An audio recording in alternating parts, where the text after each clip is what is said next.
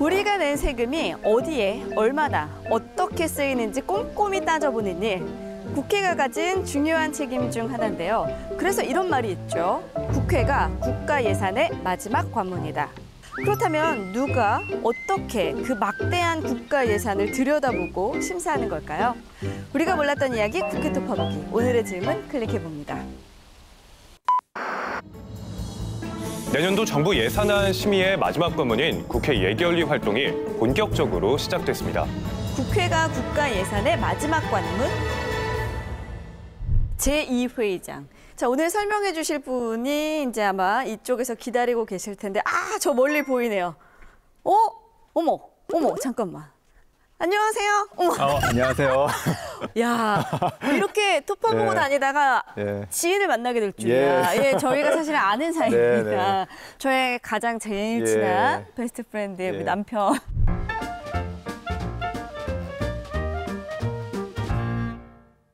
예산결산특별위원회 구성이 어떻게 되나요? 예결위는 의원 50인으로 구성됩니다. 왜 50명으로 돼 있나요? 그거는 현행 법에 50명으로 규정돼 있고요. 전 부처에 이제 예산을 심사하기 때문에 뭐 좀 더 다양한 시각과 여러분들의 의견이 필요하기 때문에 좀 인원이 많습니다. 그럼 지금 50분의 그 명패가 지금 놓여 있는 거고요? 예, 그렇습니다. 그러면 여기 이쪽에는 이쪽은 장관님들을 위해서? 각부 장관, 국무위원들, 그 맨 앞에는 이제 국무총리, 그 기획재정부 장관. 네. 그러면 전체 회의가 쫙 열리면 모두 다 참석하시는 거예요? 종합정책질의에는 모두 다 참석을 하고요. 부별 심사는 이제 경제와 비경제로 나눠서 옵니다. 아니 근데 제가 분명히 상임위원회도 촬영을 했었거든요. 그때 예결위가 없었어요. 예산결산특별위원회가. 예산결산특별위원회는 상임위원회가 아니고 특별위원회입니다. 특별위원회도 상설과 비상설이 있는데 예결위원회는 상설위원회고요.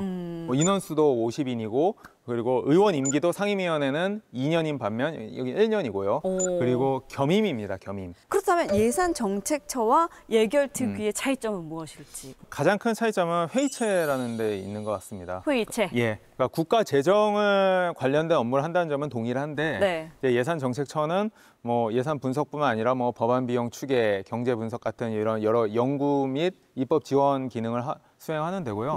예결위원회는 회의라는 업무 방식을 통해서 이제 국가 예산을 결정 짓습니다. 그런 의미에서 회의체입니다.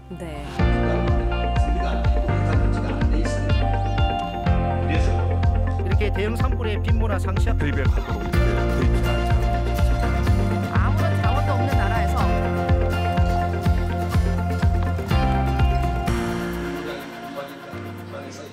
예산결산특별위원회 입법심의관실. 우와. 이쪽으로 들어가시죠. 아니 근데 여기 있는 이 책들은 다 뭔가요? 이거는 이제 각 부처별로 예산 자료와 결산 자료 보고서들입니다. 저희가 이 예산 결산 자료를 토대로 이 내용들을 보고 문제점이 있는지 검토를 해서 보고서를 만들고 그 보고서 내용이 이제 실제 심사 과정에서 반영되고 심사를 하도록 됩니다. 아니 이 정도면 거의 목침인데요? 메고 자도 될 것 같은. 딱딱해서. 이야 이렇게 다양한 또 많은 보고서들이 있고.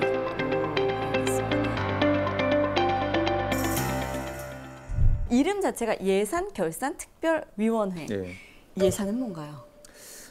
예산은 이제 국가 재정, 나라 살림이라고 의미하는데 숫자로 표현된 정책이라고 생각하시면 됩니다. 숫자로 표현된다는 점에서 굉장히 객관적이고 명확하고요.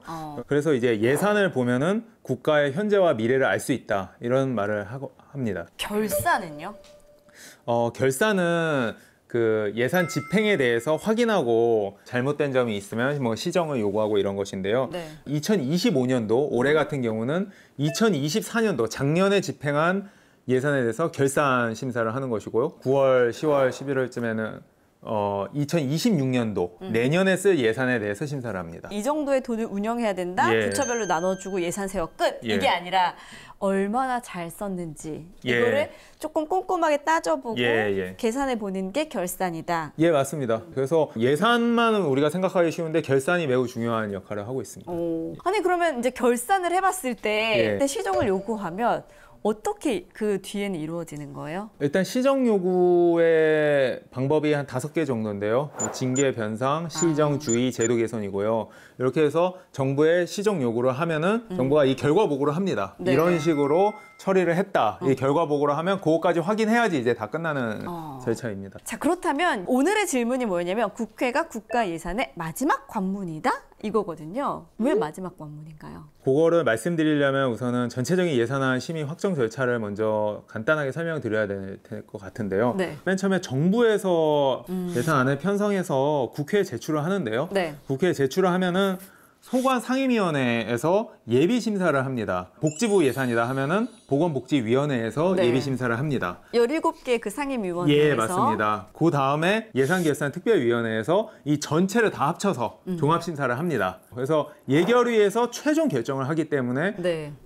국가 예산의 마지막 최종 관문이라는 얘기를 하는 것입니다. 그러니까 전체적인 예결산 프로세스에서 제일 뒤에 있는 마지막에 있는 데가 예결위라고 보시면 됩니다. 그렇군요. 그래서 이제 본회의까지 올라가는 건데 여기에 동의를 할 것이냐 말 것이냐. 예산 심사에 있어서 상임위원회와 예결특위 어떤 차이점이 있나요? 상임위원회 같은 경우는 감액보다 증액 의견이 훨씬 많이 많이 심사해서 달라겠죠. 그렇게 해서 들어오는데 결국은 국가 예산이라는 것은 한정이 돼 있습니다. 네. 그래서 한쪽을 늘리려면 한쪽을 줄여야 되는 것입니다. 그렇죠. 그래서 예결위원회는 기본적으로 감액을 먼저 심사를 할 수밖에 없는 것이고 꼭 정확하게 맞아야 되는 건 아니지만 그 감액한 부분만큼을 증액을 시키는 것입니다. 그리고 그 이상을 증액시키려면 빚을 져야 되는 거죠. 국가 채무. 최종 금액에 대해서 그 국가가 부담할 수 있는가 여기에 대한 책임이 있기 때문에 최종 관문이라고 명칭하는 것 같습니다. 어떤 경우에는 분명히 이견이 생길 수 있을 거란 말이죠. 이런 경우에는 어떻게 처리죠? 이견이 없을 수는 없는 것 같습니다. 이견이 없으면 그거는 좋은 게 아닌 것 같습니다. 오히려? 뭐 정당별로든 아니면 개인별로든 뭐 가치관이 다르고 중점 방향이 다르기 때문에 당연히 다른 이견이 있을 수밖에 없는데 결국은 회의체라는 곳은 당연히 대화와 토론을 통해서 서로 이제 접점을 찾아가는 것이고요. 그렇죠. 그래서 이제 양보를 해서 절충을 하게 되는 그래요? 경향이 많습니다. 언제까지 그 처리 기한인지도 궁금합니다. 그 예산안 처리 시한은 명시되어 있습니다, 법에. 국회는 예산안을 회계연도 개시 30일 전까지 의결하여야 합니다. 그래서 회계연도면 다음 해 1월 1일. 예, 다음해 1월 1일이니까 12월 2일입니다. 그걸 못 맞추면 어떻게 되는 거예요? 헌법상 새로운 회계연도가 개시될 때까지, 즉 다음 연도 1월 1일까지 의결되지 못한 때는 준예산을 편성하도록 되어 있습니다. 준예산이라는 것은 의무적으로 지출해야 되는 경비라든지 뭐 인건비라든지 이런 경직적인 부분에 한해서만 과거와 동일하게 지출할 수 있도록 하는 것인데요. 저희가 여태까지 단 한 번도 준예산은 편성한 적이 없습니다. 다행이네요. 예. 사실 예결위의 가장 큰 역할 중에 하나가 예산안 처리 법정 시한까지 끝내는 것인데 그때까지 끝내려고 엄청난 노력을 합니다. 어떤 노력까지 해보셨나요?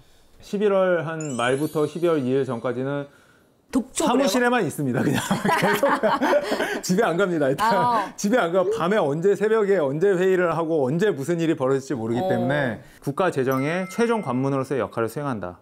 그런 자부심 하나로 밤을 새고 있습니다. 알겠습니다. 네.